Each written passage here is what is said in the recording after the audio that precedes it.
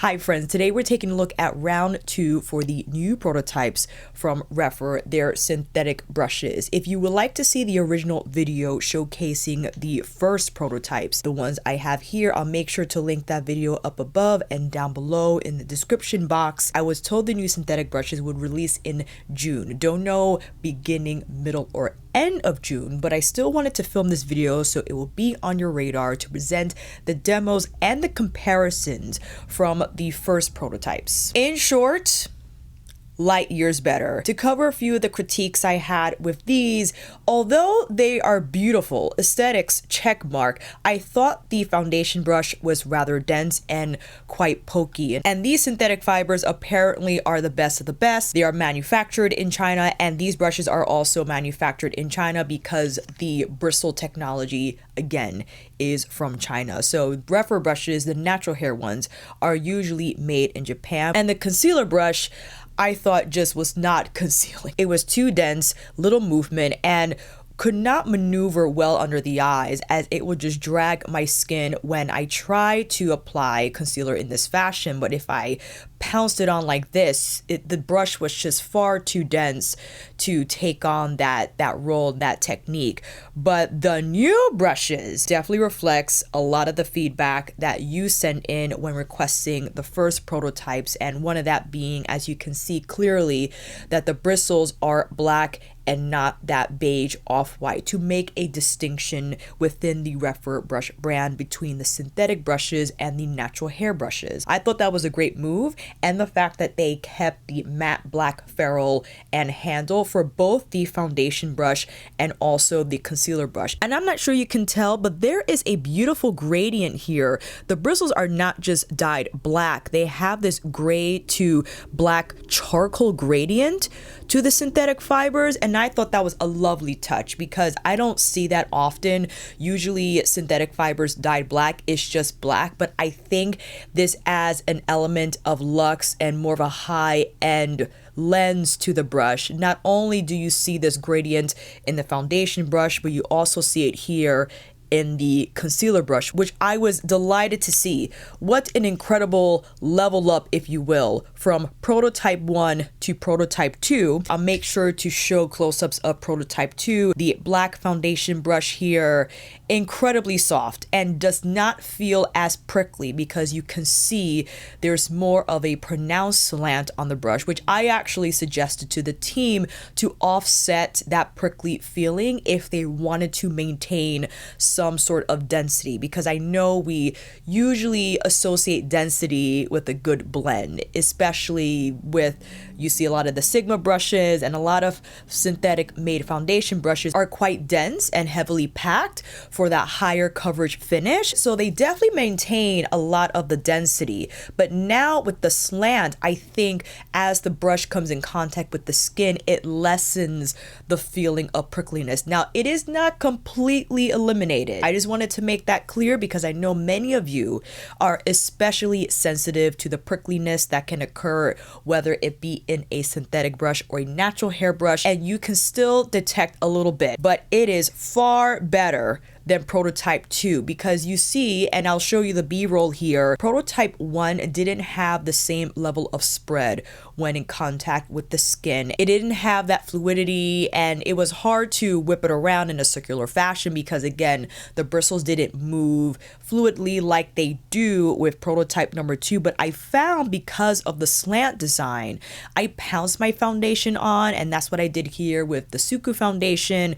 And something that I've been doing ever since I started is placing the foundation on the back of my hand to not overwhelm the brush with product, ensuring that the makeup application appears like my skin, flawless and not overly textured. And I do that now with all of my liquid bronzers that I recently purchased, any type of cream, blush product, any type of liquid highlighter product. It's all prepped now on the back of my hand, and I have been using the new REPHR synthetic brush prototype prototypes for a few weeks now, and I wanted to film this video after I've released several footage clips of me using the brushes so you could see them in action and decide for yourself how successful this new round is. In addition to the foundation, I also applied Mother's Color Bomb Stick. I believe this is Sun-Kissed Seduction with the foundation brush, and I used it to pounce on Natasha Denona's powder foundation, which if you wanted more coverage from that product, you most certainly can use this synthetic foundation brush. Now again, you will still feel a little prickliness, but it has been turned down significantly from the first prototype, and this is how I've been applying not only my foundation but my cream products for cheek and for bronzer. And as you see in the b-roll, how I applied the Natasha Denona powder foundation, especially if you wanted to set your liquid foundation and to also provide more coverage without overwhelming the skin. And I also used the foundation brush, quite big for the pans unfortunately, but went in to Danessa's Blooming Romance, and the pickup was phenomenal. I picked up the lavender lilac shade, pounced it on well, picked up well from the product pan, and I also used the concealer brush for the same purpose. I think here I applied it on my cheekbones or right under the eyes. As you see, fantastic improvements I think from the first round, and again has been largely versatile with the several different products, especially in the complexion and cheek category. As of late,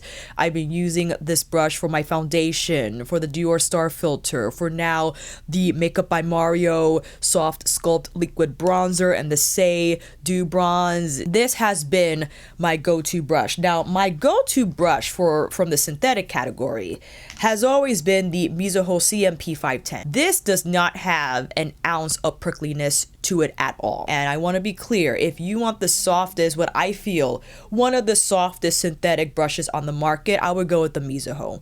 100%, because these synthetic fibers are, I believe, manufactured in Japan, and those are my favorite, right? I think REPHR decided to go with this synthetic fiber apparently from their research and through several prototypes they have tested even before releasing this prototype, that they felt the fibers manufactured in China was the best way to go, and that yielded the best synthetic fiber technology, because I think they wanted to establish a synthetic filament that mimicked natural hair bristles, and natural hair bristles have a finer point to them than synthetic filaments do. And I think that's why it might feel a little prickly, because you do feel that, or I feel that personally, with the goat hair natural brush when it's this dense and you pounce it on as such. And comparing the two, I don't feel any prickliness from the CMP 510. I still feel a little bit from prototype 2, but this is a lot better in my opinion. Now, if you're wondering, because here we go into the comparisons, yes, I did compare it to BK Beauty's contour foundation brush in 101, and the standout difference, well, there are two, is that the REPHR brush is slightly smaller and the slant on the BK Beauty brush starts lower. This is more of a pronounced splay where I feel most of the brush more here on the upper half of the slant, whereas on the REPHR brush I feel more of the brush from bottom to top in contact with my skin than I do with the contour brush. This actually feels thinner in contact with the skin than the REPHR brush does, because I think the slant is more pronounced, and also in comparison to my beloved Sonia G Fusion foundation brush, the slant is more subdued, if you will. It was harder to see when the brush was brand new, because when I look back to my original video, I could not actually make out that there was a slant in this brush, but there is. And this is a hybrid of natural and synthetic fibers, and this doesn't have the same amount of splay as you clearly can see just from this, like the REPHR brush does, but this still has nice density. And because it doesn't have such a pronounced slant, I sometimes go around in a circular fashion as opposed to just pouncing on, whereas for the REPHR brush, I've exclusively just pounced on foundation, liquid bronzers, cream cheek products. Rarely have I ever gone in this fashion. And again, I would probably use my Mizuho brush in a circular fashion if I chose to use that brush at that time. And now for the concealer brush. This concealer brush, this little guy, we've seen the slanted concealer brush before, but what I feel makes this unique is that it's a little longer and not as wide. And if I were to compare this to, I have several here, I'll compare this to the original REPHR slanted concealer brush. You can see head on that the synthetic prototype is more narrow and the original natural hair concealer brush is wider. And also the slant starts lower on the original and this one starts a little higher. And because the brush is more narrow, it doesn't have the same amount of splay, which I actually don't mind. And what came to mind is the Angie and BK Beauty brush, which I'm sure you were thinking about when you saw this one. And side by side, the BK Beauty brush is larger than the REPHR one. And the slant, I think, they start similarly. Actually, the slant is not as pronounced as it is, or it's not as low as what we find in the 101 contour foundation brush. And the Angie brush, for me, surprisingly, when I first used this, I was surprised at feeling a little bit of prickliness, a little bit. And I feel the REPHR brush has a little more flexibility than the Angie brush. And you can see that the Angie brush has a little more splay here too for under the eyes, and the REPHR brush is a little more precise. I think it's just a matter of preference.